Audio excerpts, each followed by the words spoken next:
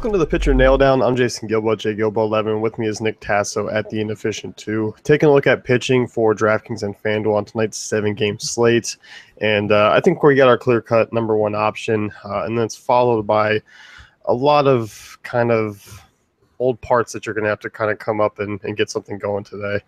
Yeah, I agree with you there. Looking at this slate, it seems like it's going to be a GPP kind of slate, and you really want to stay away from it on cash. I think cash is probably okay on FanDuel because there really is only one viable starter you feel confident in, and he's not even the highest price on FanDuel. But on DraftKings, when you got to pair two of them, there's really no two guys who are safe. Yeah, there's definitely not. And in this first game here, I think people are probably going to gravitate towards probably either arm here. I mean, Dread Eichhoff versus Tom Kohler, just because this is one of the lower scoring games. Obviously, these right-handers are not, really anything more than average. So obviously the floor is going to be lower. But I don't mind a Kohler as an SP2 in GPPs just because he's going up against the Phillies offense that, ranks bottom 3 in WOBA.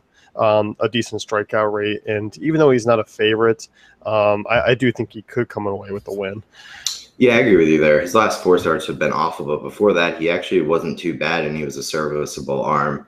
It's just one of those things right now. He's kind of in a funk, but against this Phillies offense, I really think he could kind of turn it around. Bunch of righties in there, and the lefties that they do have in that lineup really aren't too scary. The ballpark factor, even though the total is kind of low, kind of scares me a little bit, but I really don't mind. He's 5,300 on DraftKings, and for an SP2, you throw him in, you could load up on tons of bats. Yeah, you definitely can. So that's the one thing that's definitely usable. So, I think if this was a fuller slate, we wouldn't even really be talking about this game, but because it's just 7 games, these kind of guys are kind of forced into our hand a little more. Absolutely. This is honestly one of the ugliest pitching slates that I've seen in a long time. It's bad. I mean, we've had some bad ones this year, but yeah, this one does seem reasonably bad. Absolutely. There's one guy who's safe and everyone else, they're either too high for what you like or they're just a coin flip. Yeah, definitely. And Eichhoff on the other side, I'm not really a big fan of his. I mean, relatively tough on right-handers, so I do think he kind of takes those in and stand out of play, but I don't see a lot of upside for his price tag at 8,100. I'd rather use Kohler for cheaper. Yeah, if the prices were flipped, I'd be all on Eichhoff, and he's pitched a little bit better at home, but it's just one of those things. I'm not really want to play him in this matchup against this Miami team. Yeah, definitely agree. Brewers Pirates, next one here. Pirates are -176 favorites. Francisco Liriano taking on Matt Garza. Milwaukee with the projected run total under 4. I could see Liriano in GPPs tonight just because of, once again, the slate. You look at Milwaukee, I mean, yeah, they do have some right-handed bats. They do rank 18th in WOBA against lefties, however. And they do have a relatively high strikeout rate, 23.5%. So Liriano's pitched better at home. Obviously, the floor is very low, but I do think there is some upside here on the slate where I don't mind taking some risk. Yeah, in GPPs, I don't mind him, but to me, Liriano just really isn't striking out at the rate that we're accustomed to from him, and that's just kind of what's been hurting him this year is when he doesn't get those strikeouts, when he gives up hits and runs, it's going to hurt him a lot more than in years past. So to be honest, I'll probably stay away from him, but I can definitely see people utilizing him in GPPs just because he still has that potential for, say, 8-10 strikeouts, but it's just not the consistency that you would hope. Yeah, definitely not. And as an SP2 on DraftKings, I mean, he's cheaper than Eichhoff, cheaper than Moore, and he's 6,800. So it's not like, you're kind of hoping that if he does have a faulty outing, the bats can pick him up behind him. Because I do think he might gain mediocre ownership, I guess. It won't be low, but I don't think it'll be crazy high either. Yeah, and to be honest with you, for that price tag, even if he gets 15 DraftKings points, that's probably serviceable for you. This slate to me is more about hitting, and you got to find those bats who are really going to go off. Yeah, definitely agree with you. So Liriano's not really going to kill you. Once again, on FanDuel, I still think it's going to be, for the most part, me leaning with Wainwright, but he is a little bit cheaper. I could see doing him as a single ball GPP.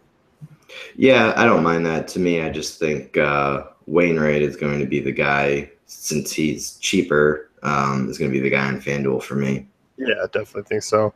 As far as Garza goes, on the other hand, definitely not looking to use him. Bad pitcher last year, continuously struggles. So for me, I kind of like the Pirates bats against him here.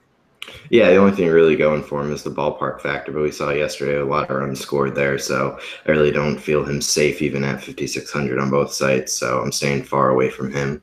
Yeah. Twins and Red Sox. Next one here: Tyler Duffy versus Stephen Wright. Over under of 10. Boston minus 193 favorites. Wright's once a guy who I keep continuously wanting to be priced down. Did have a great start against Minnesota earlier in the season. Has kind of been a little bit rocky over his last few starts. Has kind of found it a little bit better over the last two, but I do think he has a solid start. I'm not quite sure if he's worth deploying tonight at his price tag, though. No, absolutely not. I mean, you look at Stephen Wright, and he's a knuckleballer, obviously, and knuckleballers always are kind of up in the air. He's had a really good season, and he's probably going to continue that tonight, but the whole thing is he's priced way too high for the risk that he has. 9,300, 9,500 is extremely high just for a guy who doesn't consistently get 20 plus fantasy points on DraftKings. He's typically in the 15 range, and you just really can't take that risk where he's going to duplicate that nearly 30 fantasy performance outing against Minnesota earlier this year. Yeah, definitely. And I just think, you look at FanDuel, he's kind of an easy fade there, being more expensive than Wainwright. And even on DraftKings, I mean, if he was in that 8K range, maybe I'd feel a little bit more comfortable about using him as an SP2 and feel a little bit safer. But 9,300, I still like a little bit more upside. And as you stated earlier, this slate is more about hitters than it is about pitching.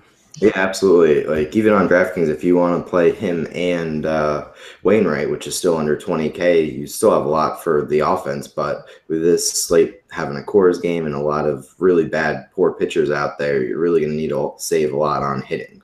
Yeah, definitely. So, and as far as Tyler Duffy goes on the other side, I mean, hard to attack this Red Sox offense. And there's a reason why their total is a 10. It's because of the Sox offense. Yeah, absolutely. Look at the Sox offense and 3 home runs by Hanley yesterday, and it just looks like they're all kind of turning it around now. They went into a kind of a long slump early, middle June, early July, but it looks like they've turned it around now. So it's kind of back in May where you just don't play any starters against the Red Sox. It's starting to turn to that again. Yeah, definitely. So, Padres Cardinals, Andrew Cashner versus Adam Wainwright, St. Louis 200 favorites, 8.5 over under. For me, I mean, you as well, Wainwright, the clear cut number one option on the slates, and he's been amazing in July. 0.39 ERA, was very solid in June, 3.6 ERA from his time before April and May. So he's definitely figured things out. That strikeout rate is high. He's been way better at home, allowing a 259 WOBA compared to a 360 on the road. So Wainwright, number one option, not even priced entirely that high, so he's not going to kill you.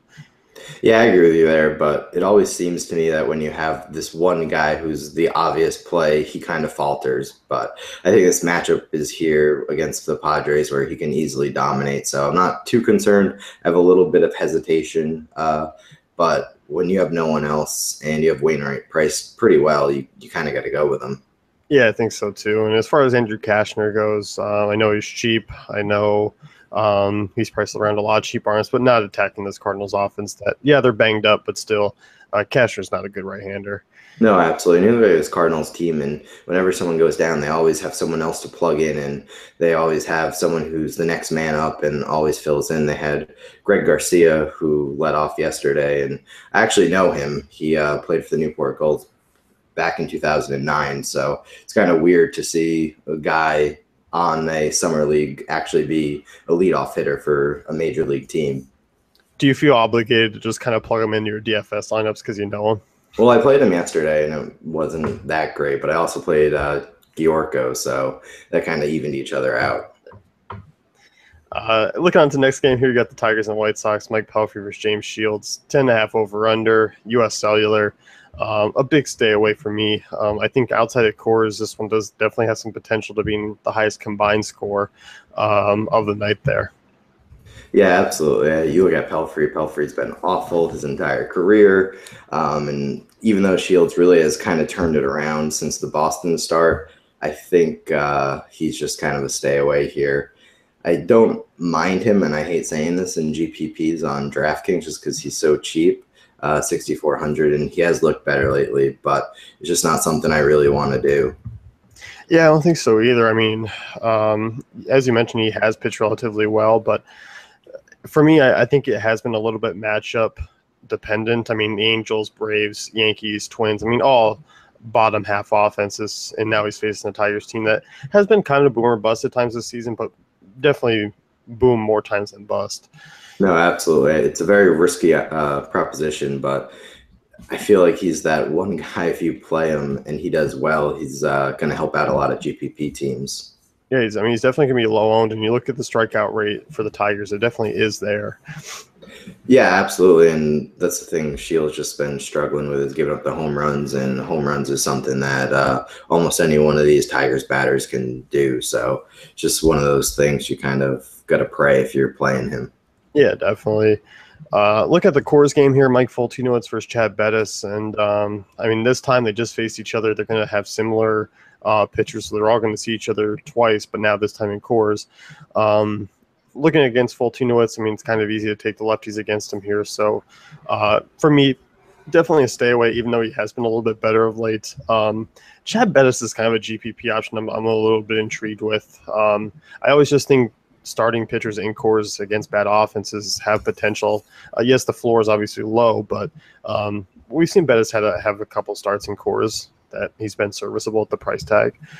No, I agree with you. I think Folty is just kind of one of those stayaways. His struggles against lefties going back to last season has just been really bad. But Bettis is kind of interesting, under 6K, and you're not really sure what you're going to get with him. But we've seen, like you said, performances at Coors Field where he's kind of been dominant, and it doesn't happen often. But we're only talking about one game right here, and if he does it for your DFS team, that's really going to propel you to the leaderboards. Yeah, definitely. I mean, you look at Bettis. I mean, obviously, he has a negative point floor, but you look at here, I mean, Yankees at home, I mean, nearly 20 DK points.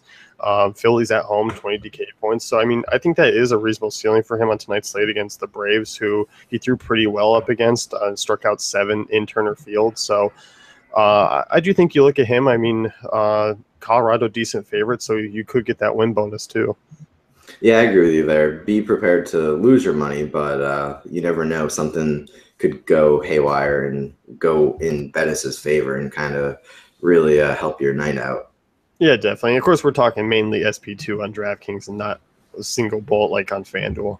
No, absolutely. I wouldn't even think about it. Last game at night here, you got the Rays and Athletics. Matt Moore versus Sonny Gray. Over under of 8. Oakland minus 120 favorites. I'm not a big fan of Moore against a lot of these right-handed bats in this Oakland offense that hit lefties well. There's too much Marcus Semien, Danny Valencia, Davis, Smolinski. Too many right-handed bats that I like a lot tonight and kind of feel good using. So Moore is just personally going to be a stay-away guy. Obviously, I think people might be drawn to him just because it's in a bigger ballpark against an A's offense that can be middle of the road at times. No, I agree with you there. There's a lot of risk here, but I actually don't mind more in GPPs just for the fact that it's still Matt Moore, and he's pitched better, a little bit better as of late. He's just not having all the strikeouts that we usually like to see from him, and I'm not sure if he gets too many strikeouts in this game, but I think if he can limit the damage with home runs, I don't think he's going to give up too many hits and runs. So I don't mind him at that price tag. It's definitely not something I'm going to jump to play him and plug him in, but it's definitely something to think about. Yeah, I think so. I mean, you can make a definite case for him on the road. For me, I still think he gets tagged with maybe a homer or two just because of a lot of the pop like Davis and Valencia have. But as you mentioned, I mean, if he kind of controls it, he could be serviceable at that price tag. FanDuel, I mean, he's a guy who's not on my radar really at all at that price. No, absolutely. To be honest, the only guy on FanDuel would be Wainwright for me, and that's just about it. I mean, he's the only one who I actually think will have a good outing. Everyone else is kind of just a toss-up in the air. Yeah. I mean, if you could pick a GPP arm to kind of really stack bats in on FanDuel, who would kind of be your preference? As silly as it sounds, I kind of wouldn't mind Matt Garza. It sounds so stupid, but to be honest, he could have some potential here in a better ballpark for him. I just don't think he's going to get the strikeouts. And against Pittsburgh, a lot of righties, so just one of those things. I don't mind Garza. I wouldn't recommend playing him, but he might come out with a decent outing for the price tag.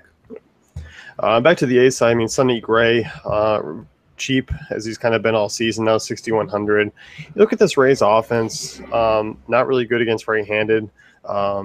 Pitching, I mean, they're in the bottom 10 in WOBA, but they have a very high strikeout rate. But obviously the ISO is high. This team does have a lot of power. But in that ballpark, I mean, I'm not really a fan of the Rays offense, but I'm also not really prone to using Sonny Gray tonight either. No, absolutely. I like Sonny Gray, but I'm staying away from him here. He has almost a 5.5 ERA at home this year, and he just hasn't been good. He's back-to-back games. He's allowed 4 walks each, and that's typically not what he does. So I don't know if he still has an injury lingering or something, but it's just kind of a concern for me. And I really don't think the Rays are that bad of an offense. I don't think they're going to score that many runs in this ballpark, but they still have a lot of guys who could do a lot of damage just by collecting base hits here or there. And their confidence probably is up a little bit after the Colorado series. Yeah, it could be true. I mean, the Rays did come out and have some solid offense in cores. As far as Gray goes, I mean, the more the day goes on, I mean, I might work him into a share where I use him with a Wainwright and kind of hope for maybe a 15 to 20 point game. But also, I am prepared for a lower floor than desired. Absolutely. And we kind of saw that at times last year too at Sonny Gray, where he would be in a great matchup and he would just not perform as well. And I'm just not sure if he's really as good as we all thought he was. Yeah, definitely. I mean, and you look, I mean, he's kind of pitched outside the Pittsburgh game. He's pitched relatively well since coming back off the DL. Really, the Pittsburgh game was his only blow-up. Other than that, he's been working 6 innings or more. The walk rate's a little bit concerning of late. I mean, 8 over the last 2 games. You don't like that. And there isn't really a ton of strikeout upside just because Gray doesn't miss a ton of bats. No, absolutely. And that's another thing is his control just isn't there. And that's the reason why I'm harping back on that. Maybe he's still kind of hurt a little bit and he just doesn't look like the same guy. So I'm a little hesitant to play him. I don't think that he's a terrible play on DraftKings. He's only 6,100, but I just think there might be other options. Yep, I definitely agree with you. So definitely going to be a tough night at the SP2 spot. But as we mentioned, Wainwright, clear-cut number 1 on FanDuel, clear-cut number 1 on DK. Absolutely. It's one of those nights where you might want to play a little bit less volume than usual. Yeah, I think so. I mean, just given that you're relying more so on bats, it's always kind of a clear-cut sign that it's mainly just a JPP type night. Absolutely, because you really can never rely on bats. No. So that's going to wrap things up here with the pitcher nail down. Be sure to check out DaveFantasyCafe.com for all great tools and content.